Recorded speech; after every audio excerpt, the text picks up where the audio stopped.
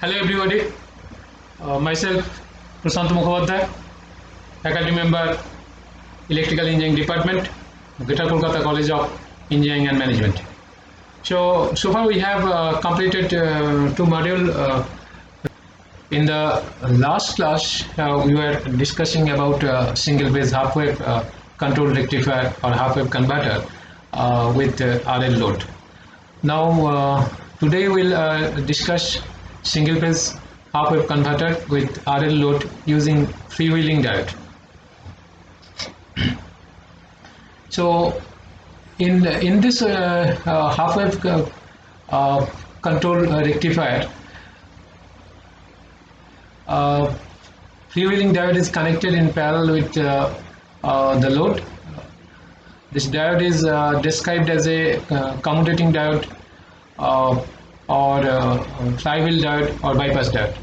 So this diode is commonly described as a commutating diode, as its function is to commutate or transfer load current away from the rectifier whenever the load voltage goes into a reverse state. So this diode serves two main functions. First one, it prevents reversal of load voltage except for small diode voltage drop, and secondly it transfers the load current away from the main rectifier, thereby allowing all of its thyristors to regain their blocking states. So this is the circuit diagram. So this is the flywheeling diode or freewheel diode. So this is connected across the load, that is load is RL load.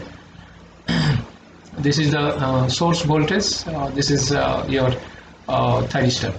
Okay, so this is voltage drop across thyristor, this is output voltage, and this is the load current.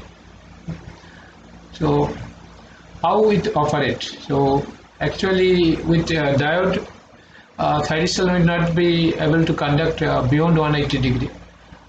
Induced voltage in inductance will change its polarity as dIdt changes its sign, and diode, this DF, which is the freewheeling diode, will start conducting as soon as the induced voltage is of sufficient magnitude, thereby enabling the inductance to discharge its stored energy into the resistance. So hereafter 180 degree, the load current will freewheel through the diode, and a reverse voltage will appear across the thyristors, and as a result the power flow from the input takes place only when the thyristor is conducting. And if there is no freewheeling diode, or during the negative portion of the supply voltage, thyristor returns the energy stored in the load inductance to the supply line. With freewheeling diode DF, the freewheeling action takes place, and no power will be returned to the source, and hence the freewheeling diode improves the input power vectors. So once again I am explaining. This is the circuit where the freewheeling diode is connected across the load. This is RL load. This is the input voltage or supply voltage, that is source voltage, that is Vs equal to Vm sin omega t. This is the thyristors, and it is the voltage across voltage drop across the thyristors. This is load current. Now operations is like this with diode. Thyristor will not be able to conduct beyond 180 degree, and induced voltage in inductance will change its polarity as dIdt changes its sign, and freewheeling diode DF will start conducting as soon as the induced voltage is of sufficient magnitude, and thereby enabling the inductance to discharge its stored energy into the resistance. So after 180 degree, the load current will freewheel through the diode, and reverse voltage will appear across the thyristor. The power flow from the input takes place only when the thyristor is conducting, and if there is no freewheeling diode during the negative portion of the supply, voltage thyristor returns the energy stored in the load inductance to the supply line, and with freewheeling diode the freewheeling action takes place and no power will be returned to the source. Hence the freewheeling diode improves the input power factor. So this is the actually waveforms. This is the supply waveform. Okay, source voltage Vs equal to Vm sin omega t. This is the Vm at pi by 2. This is your firing pulse given to the thyristor gate at firing angle alpha. Okay, and this will be your load voltage. Actually, thyristor conduct from alpha to this pi, that is pi root T1. So this is your load voltage. Okay, and this is load current. Okay, so we are coming how this our say waveform is being generated. This is due to the current. This is your current due to the freewheeling diode. This is the thyristor. This is for the freewheeling diode, and say this will be the entire profile of the load current. This is the voltage across SCR. Actually, this portions. Okay. Then this is the conduction state mode. So voltage drop is almost 0, and again, so it is again fired at. So this is the blocking reverse forward blocking voltage. Okay. Now this is again firing angle. The gate pulse is fired, and this portion is the voltage across the thyristor. Okay, so this is a model waveform of a single phase half wave converter with RL load using freewheeling diode. Now this all about your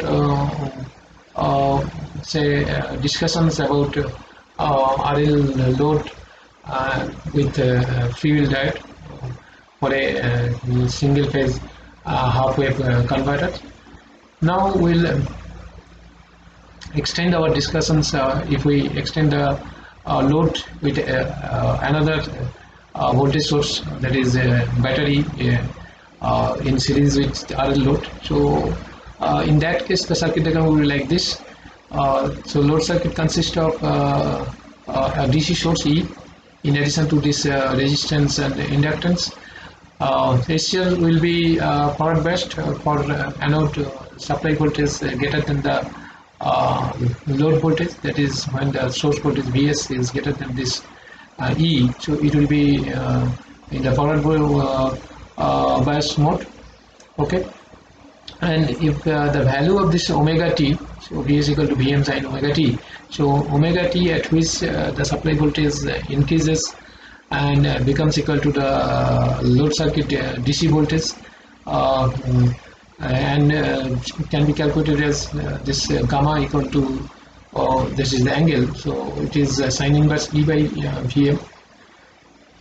For trigger angle alpha less than this gamma, the SCR conducts only for omega t equal to gamma to beta, and for trigger angle or firing angle alpha greater than gamma, the thyristor conduct for omega t equal to alpha to beta. So if we say the output voltage B equal to output load voltage Vm sin omega t, say output load voltage for omega t will be, this is how you happen when omega t equal to alpha to beta, and output voltage will be equal to the DC source voltage with the load connected with the load E for omega t equal to 0 to alpha, and for omega t equal to beta to 2 pi. Okay, so this will be output voltage will be E, this one, that is for omega t equal to 0 to alpha, and for omega t equal to beta to 2 pi. So load current can be found as this is equal to source voltage Vm sin omega t. This is the drop across this resistance, and this is R L di 0 dt. This is the drop across inductance, and this plus E. Okay, so when alpha is omega t is will be in between alpha to beta, and in that case I0 will be Vm by Z sine omega t minus phi minus E by R plus A e to the power minus t by tau. Okay, so this is the load current here. So actually this is the profile like this. This is your output voltage. Okay, your voltage actually this will be like this, and this is your out load current. This will be like this. Okay, so this is actually conduction angle. Okay, delta. This is firing angle. This is the total conduction angle, the thyristor conduction angle, and this is your total conduction period. So this is load current. Okay, and if we calculate this current like this, so output current will be this, and it will be 0 at omega t equal to alpha. In that case, this value A, this A is the constant that can be found out, and as a result this will be the output or load current. This extinction angle beta, extinction angle can be calculated at I is equal to Vm, I is equal to 0, and if you put this equal to 0 or at omega t equal to beta, so this will extinction angle will be found. So average DC voltage in that case will be 1 by 2 pi 0 to alpha. This expression you can find out from this 0 to 2 pi time period. This is actually the value. Okay, and conduction angle for thyristor delta will be beta minus alpha, and note that this output DC voltage, that is equal to E plus I naught R, and RMS output voltage can be calculated by using this expression. So this is the expression. Okay, and for L equal to 0 Henry, beta equal to pi minus gamma, the average load current can be given as like this. Okay, and RMS load current for L equal to 0 Henry can be given as this, to the power of 1 by 2 pi integral alpha to beta Vm sin omega t minus E by R whole square to d omega t, and from that we will get this RMS value of the load current, and power delivered will be equal to PDC equal to I over square R plus I naught E, and the input power will be like this. Okay, so this is actually about the RLE load. It in details, if we take this circuit and the total voltage waveforms will be like this. This is the source voltage waveform. This is gate pulse for firing purpose. This is the output voltage waveform. This is source current or output or load current. This is like, and this is the voltage across the thyristor. Okay, so this will be like this. So this is actually the, if we take all the waveform of source voltage, gate pulse, output voltage, source current or output current, and voltage across this thyristor, if we taken into consideration, so waveform will be like this. For the circuit is like this, most laboratory I am telling you.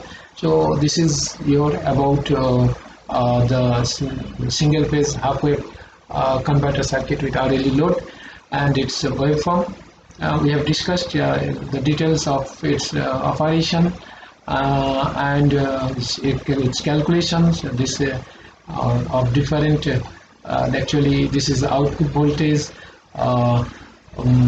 then output current or load current, then different conditions, then RMS value of DC output, then RMS value of the load current, and then from we have discussed, we have calculated the DC power delivered to the load, and then input power factor is like this.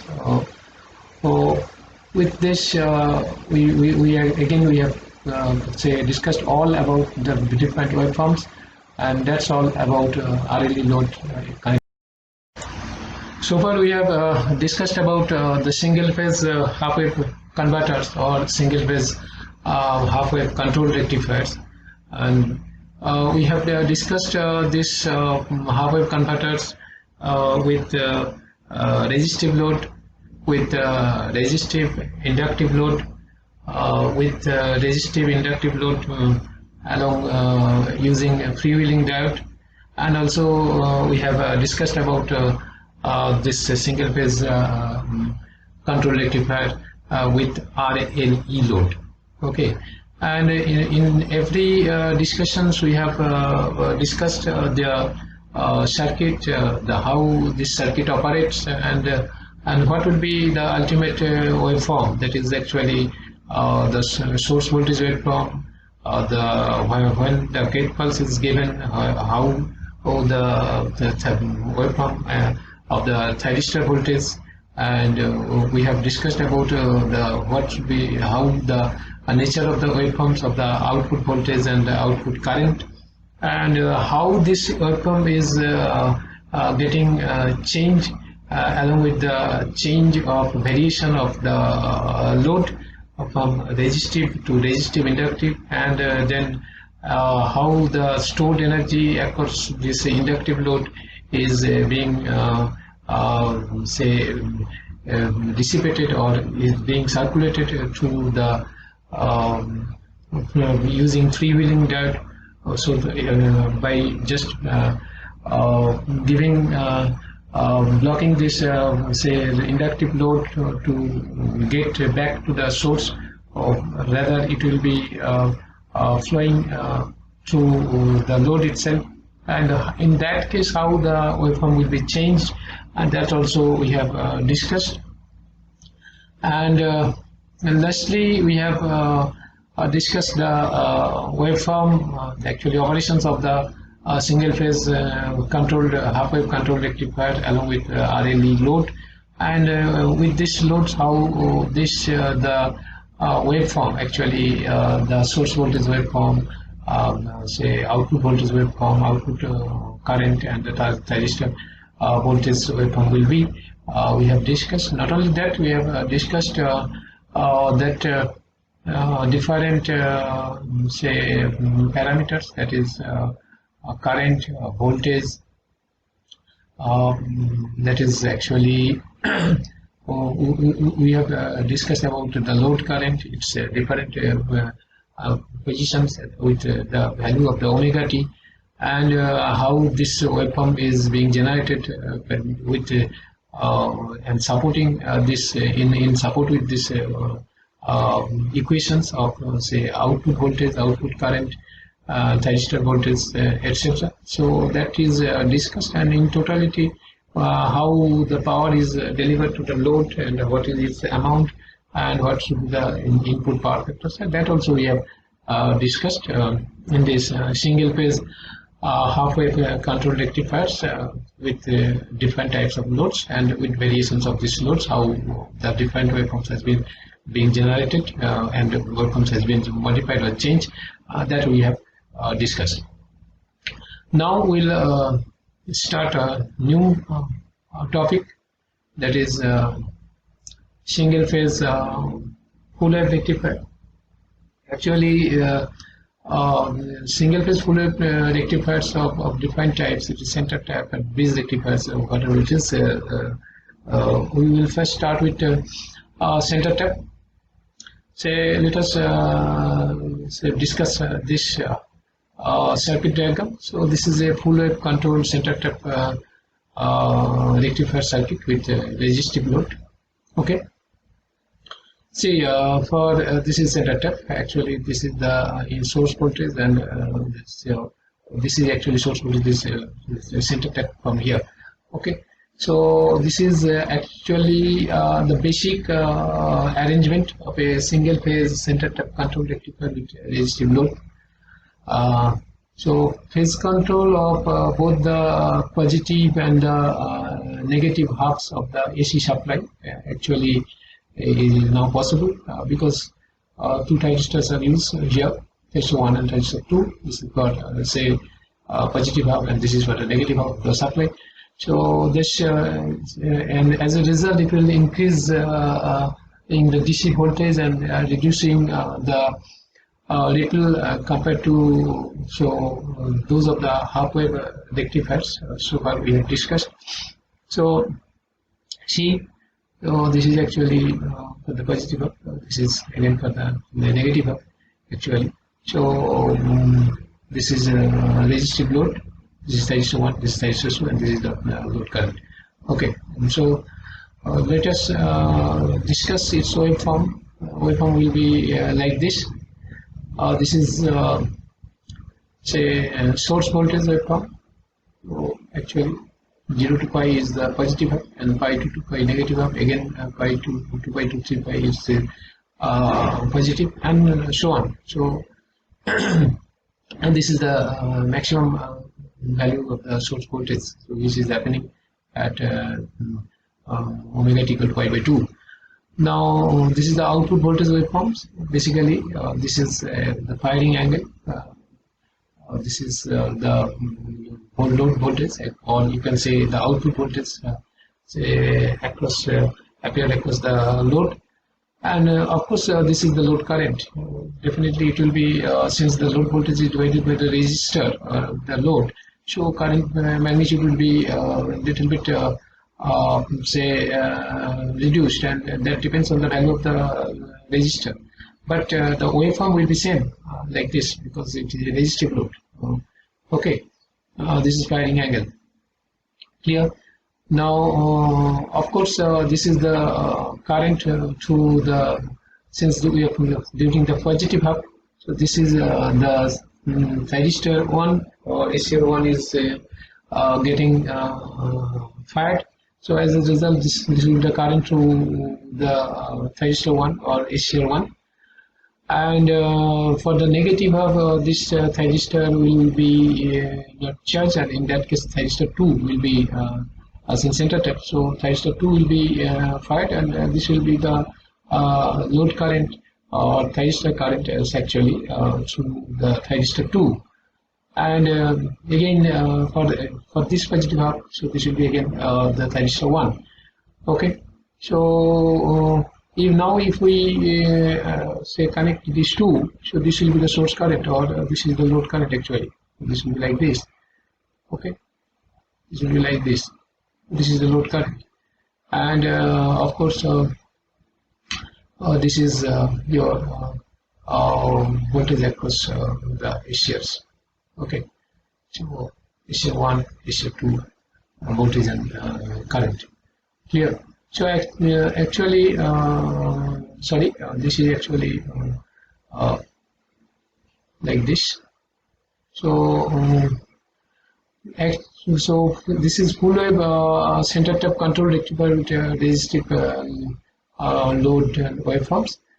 Now during the operations like this, during positive half cycle of the input voltage, thyristor 1 is forward biased, and if we apply gate signal at alpha, thyristor 1 will turns on, and the output voltage follows the input voltage, and the load current also I0 equal to V0 by R has the same waveform as the load voltage, so that we have discussed. And at phi, when the current through SCR1 becomes 0, it turns off naturally, and during the negative half cycle, SCR2 is forward biased, and SCR2 is fired at angle pi plus alpha. That is shown here. This is actually pi, and this is pi plus alpha. It is shown here, thyristor 2. Okay. So the output voltage again follows the input voltage, and the current through SCR2 becomes 0 at 2 pi and turns on, and it turns off. See, at current is 0 at 2 pi. Yeah, actually this is 2 pi plus alpha. So actual case is that in that again after 2 pi plus alpha, SCR1 is again fired, and SCR2 again at 3 pi plus alpha. So in this way the cycle repeats. So this is the resulting voltage and current waveform as I say, as it is shown here. I told you this is like this. Okay, so so that's all about this full. See, this way it is having the full wave. Okay, like this. This is full wave. Okay, so actual case is like this. And if we now find out the average value of the load voltage will be like this. This is the average value of the load voltage is twice that given by this equation. Actually, V output average is equal to Vm 1 plus cos alpha by 2 pi into 2. That will ultimately it will be Vm by pi into 1 plus cos alpha. And RMS value of the current will be like this. So IR is I into 1 minus alpha by pi plus sine 2 alpha by 2 pi whole to the power of this, actually to the power of half. So, and this can be calculated like this. This is the output voltage waveform. So if you go to the waveform, so we'll calculate the average value of the output will be like this: 1 by twice pi to the integration alpha to pi root over 2v sine omega t d omega t, and this will be like this. If you taken it back 0 to alpha to pi, so it will be sine omega t d omega t. Okay, so 1 by 2 pi to like this. Actually, so this is output average Vm by pi 1 into cos alpha, and output current average output current will be this. This will be like this. So actual the RMS value for the output voltage and current given will be like this. Okay, RMS value root mean square value. Actually, first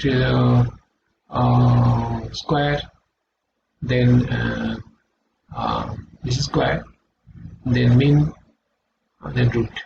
Okay, so it will come to this value. RMS output, RMS value of the RMS output voltage, and current will be like this.